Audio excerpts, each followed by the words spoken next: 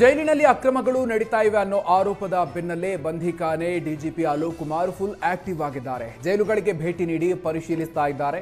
ಇವತ್ತು ಶಿವಮೊಗ್ಗ ಜೈಲಿಗೆ ಭೇಟಿ ನೀಡಿ ಅಲೋಕ್ ಕುಮಾರ್ ಪರಿಶೀಲನೆ ನಡೆಸಿದರು. ಇದೇ ವೇಳೆ ಮಾಧ್ಯಮಗಳಿಗೆ ಮಾತನಾಡುವಾಗ ಪವಿತ್ರ ಗೌಡಗೆ ಮನೆಯೂಟಕ್ಕೆ ಹೈಕೋರ್ಟ್ ನಿಷೇಧ ಹೇರಿದ ವಿಚಾರವನ್ನು ಪ್ರಸ್ತಾಪಿಸಿದರು. ನಾವು ಕಾರಾಗೃಹದಲ್ಲಿ ಒಳ್ಳೆಯ ಊಟ ನೀಡ್ತಾ ಇದ್ದೀವಿ. ಮನೆಯಿಂದ ತರುವ ಊಟಕ್ಕೆ ಅವಕಾಶವನ್ನ ನೀಡೋದಿಲ್ಲ. ಕಾರಾಗೃಹದಲ್ಲಿ ತಯಾರಿಸುವ ಊಟದ ಗುಣಮಟ್ಟವನ್ನ FSIL ಪರೀಕ್ಷೆಗೆ ಕಳುಹಿಸಿ ಸರ್ಟಿಫೈಡ್ ಪಡೆದ ಬಳಿಕ ಕೈದಿಗಳಿಗೆ ನೀಡ್ತಾ ಇದ್ದೀವಿ. ಸೊ ಜೈಲಿನಲ್ಲಿರುವ ಕೈದಿಗಳಲ್ಲಿ ಪ್ರಭಾವಶಾಲಿ ಯಾರು, ಕೆಳಮಟ್ಟದಲ್ಲಿರೋರು ಯಾರು ಅನ್ನೋದನ್ನ ನೋಡೋದಕ್ಕೆ ಸಾಧ್ಯ ಇಲ್ಲ. ಸೆಕ್ಷನ್ 30 ಕರ್ನಾಟಕ ಪ್ರಿಸನರ್ಸ್ ಆಕ್ಟ್ 1963 ಪ್ರಕಾರ ಕೈದಿಗಳಿಗೆ ಊಟ, ಬಟ್ಟೆ, ಪುಸ್ತಕ ಕೊಡಬೇಕು. ಈ ನಿಯಮದ ಅಡಿ ತೀರ್ಮಾನವನ್ನು ಮಾಡಲಾಗುತ್ತೆ. ಕಾರಾಗೃಹದ ಕೈದಿಗಳಿಗೆ ನಾವು ನೀಡುತ್ತಿರುವ ಊಟ ಸರ್ಟಿಫೈಡ್ ಆಗಿರೋದ್ರಿಂದ ಒಬ್ಬರಿಗೆ ಮನೆಯಿಂದ ಊಟ ನೀಡಿದರೆ ಮುಂದೆ ಸಾವಿರಾರು ಜನ ಇದೇ ರೀತಿ ಕೇಳ್ತಾರೆ. ಸೊ ಇದರಿಂದಾಗಿ ಪವಿತ್ರ ಗೌಡಗೆ ಮನೆ ಊಟ ನೀಡಲು ನಿರಾಕರಿಸಿರೋದು ಒಳ್ಳೆಯದು ಅಂತ ಹೇಳಿದ್ರು. ಯಾಕೆಂದ್ರೆ ನಮ್ಮ ಕಾರಾಗೃಹದಲ್ಲಿ ಇರುವಂತಹ ಕೊಡುವಂತಹ ಊಟ ಏನಿದೆ ಅದು ನಾವು ಬಹಳ ಉನ್ನತ ಗುಣಮಟ್ಟದ ನಾವು ಹೇಳಕ್ಕೆ ಆಗಲ್ಲ. ಆದರೆ ಯಾರು ಒಂದು ಜನ ತಿಂತಾರೆ ಆ ನಮ್ಮ ಪ್ರಕಾರ ಗುಣಮಟ್ಟದ ಊಟ ನಾವು ಕೊಡ್ತಾ ಇದ್ವಿ.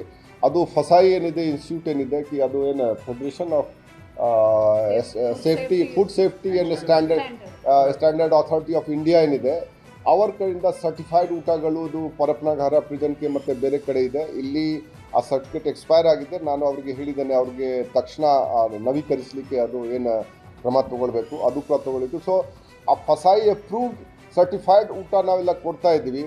ಎಲ್ಲ ಸಾವಿರಾರು ಜನ ತಿಂತಾ ಇದ್ದಾರೆ.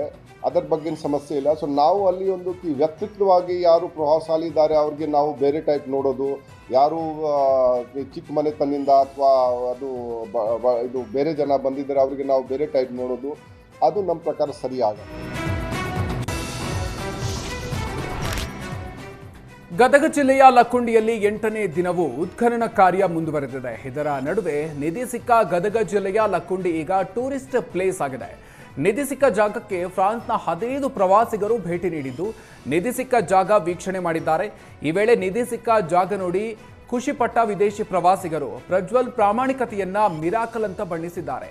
ಅಲ್ಲದೆ ಅರ್ಧ ಕೆಜಿ ಚಿನ್ನವನ್ನ ಸರ್ಕಾರಕ್ಕೆ ನೀಡಿದ ಪ್ರಜ್ವಲ್ ರೀತಿ ನಡೆಯನ್ನ ಪ್ರಶಂಸಿಸಿದ್ದಾರೆ.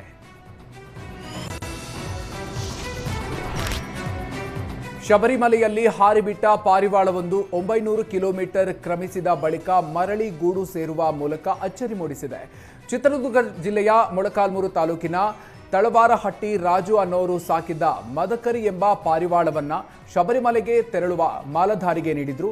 ಶಬರಿಮಲೆಯಿಂದ ಪಾರಿವಾಳವನ್ನ ಹಾರಿಬಿಡಲು ತಿಳಿಸಿದ್ರು. ಹೀಗಾಗಿ ಆ ಮಾಲಾಧಾರಿಯು ಡಿಸೆಂಬರ್ 31ರಂದು ಶಬರಿಮಲೆಯಲ್ಲಿ ಪಾರಿವಾಳವನ್ನ ಹಾರಿಬಿಟ್ಟಿದ್ದು, ಇದೀಗ ಜನವರಿ 21ರಂದು ಪಾರಿವಾಳ ಮರಳಿ ತಳವಾರಹಟ್ಟಿಯಲ್ಲಿರುವ ತನ್ನ ಗೂಡು ಸೇರಿದೆ. ಸತತ 900 ಕಿಲೋಮೀಟರ್ ಕ್ರಮಿಸಿರುವ ಪಾರಿವಾಳ 21 ದಿನಗಳ ಬಳಿಕ ಮರಳಿ ಗೂಡು ಸೇರಿದೆ. ಹೀಗಾಗಿ ಪಾರಿವಾಳದ ದಿಕ್ಕು ಪತ್ತೆ, ತೀಕ್ಷ್ಣ ದೃಷ್ಟಿ ಹಾಗೂ ನೆನಪಿನ ಶಕ್ತಿ ಬಗ್ಗೆ ಗ್ರಾಮಸ್ಥರಲ್ಲಿ ಭಾರಿ ಅಚ್ಚರಿ ಮೂಡಿದೆ.